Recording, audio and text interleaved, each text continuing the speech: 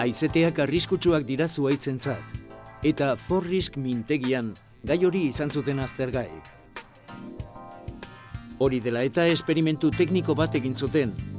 Hainbat pinu bota zituzten haizearekiko zeukaten erresistentzia aztertzeko.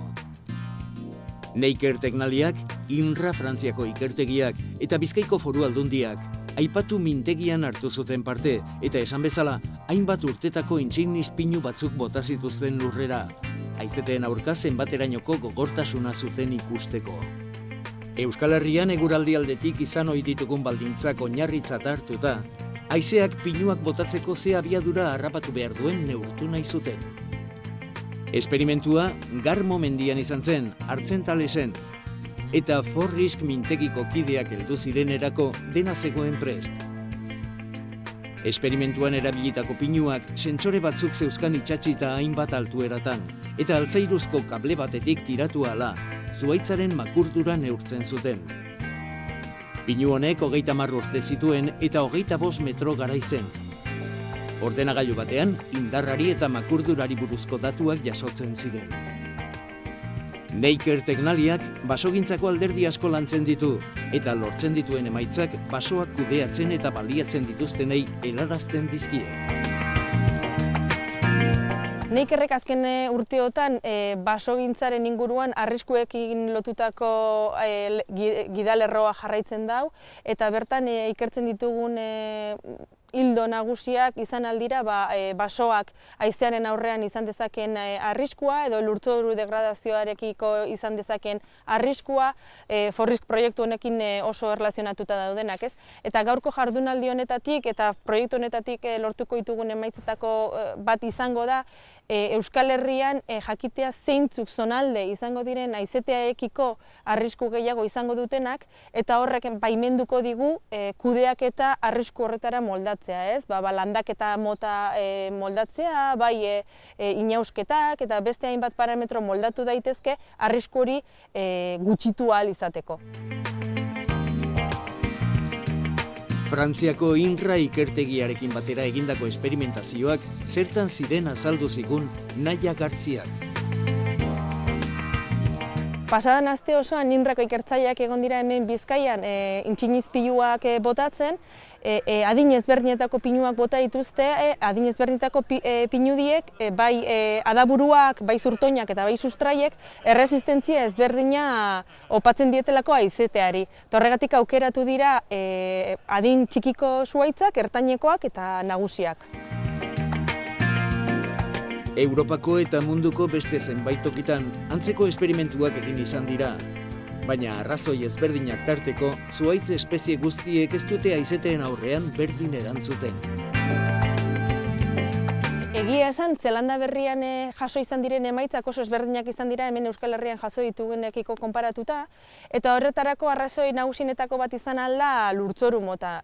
Zelanda Berrian dituzten lurtzoruak lurtzoru volkanikoak dira, eta guk hemen ditugun lurtzoru sedimentarioak eta bustintsuagoak ez dira bat ere berdin konportatzen. Eta horrek bai eragin nabarmena izan dezakela haizearekiko zuhaitz batek izan dezakena erantzunaren aurrean.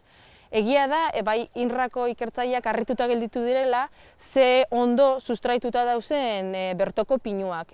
Egia da oso ondo sustraituta egon direla eta bota ditugun pinu guztiak batezik apurtu egin dira. Bakarra sustraitu da eta bera sustraian arazo bat izandako pinua izan da. Esperimentu honen alderik garrantzitsuena ondorioak ateratzea da. Basojabeek mendian eta basoan aplika ditzate. Oso garrantzitsua da basolan guztiak egitea, batez ere baso soilketak, bakanketak, inausketak eta abar. Suteak prebenitzeko eta aurrerago kalitate oneko zura lortzeko. Baso soilketak txukun eginezkero, gure basoen osasun egoera ona izango da. Hala ere, egia da. Basoan soilgune bat irekitzen dugunean, momentu horretan zuhaitzak ahulagoak dira haizeteen aurrean, eta haizeak errazago bota ditzake. Intsignis pinua Euskadin Zelanda Berrian baino sendoagoa da antza. Haizeteekiko gogorragoa da.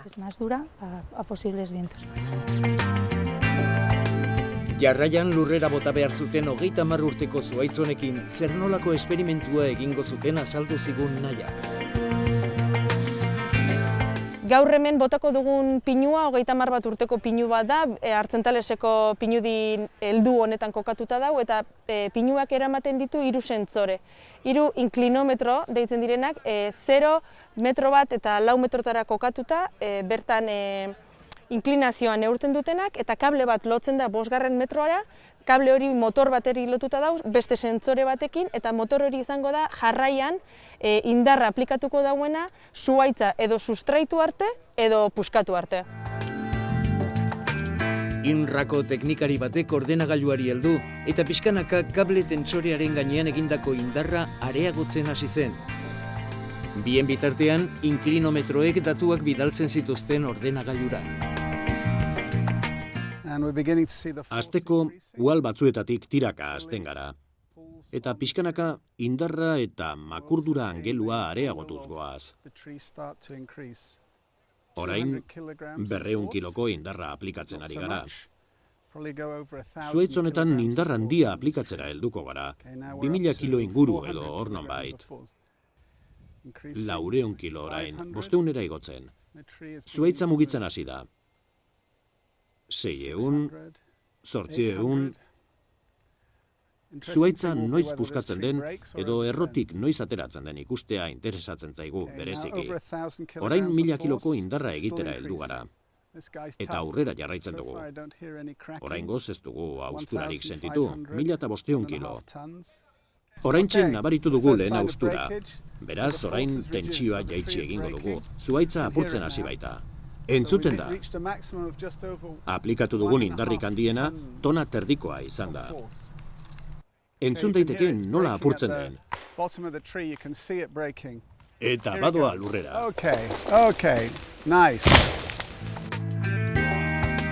Tamaina horretako pinu bat erortzen ikustea zinez ikusgarria da. Irudiek berez dena diote. Ordenagailuan jasotako datuen arabera, 100 kilometrotik gorako haize ufadek botako zuten lurrera. Dena den, esperimentu honekin lortu diren datuez harago, basojabeek eta baso kudeatzaileek informazio berri bat eskuratu dute, eta hori da garrantzitsuena. Orain, epe luzera hartu beharreko neurriak ondo aztertu beharko dituzte. Haizeteen ondorioz izan ditzaketen galerak ahalik eta gehien minimizatzen saiatzeko.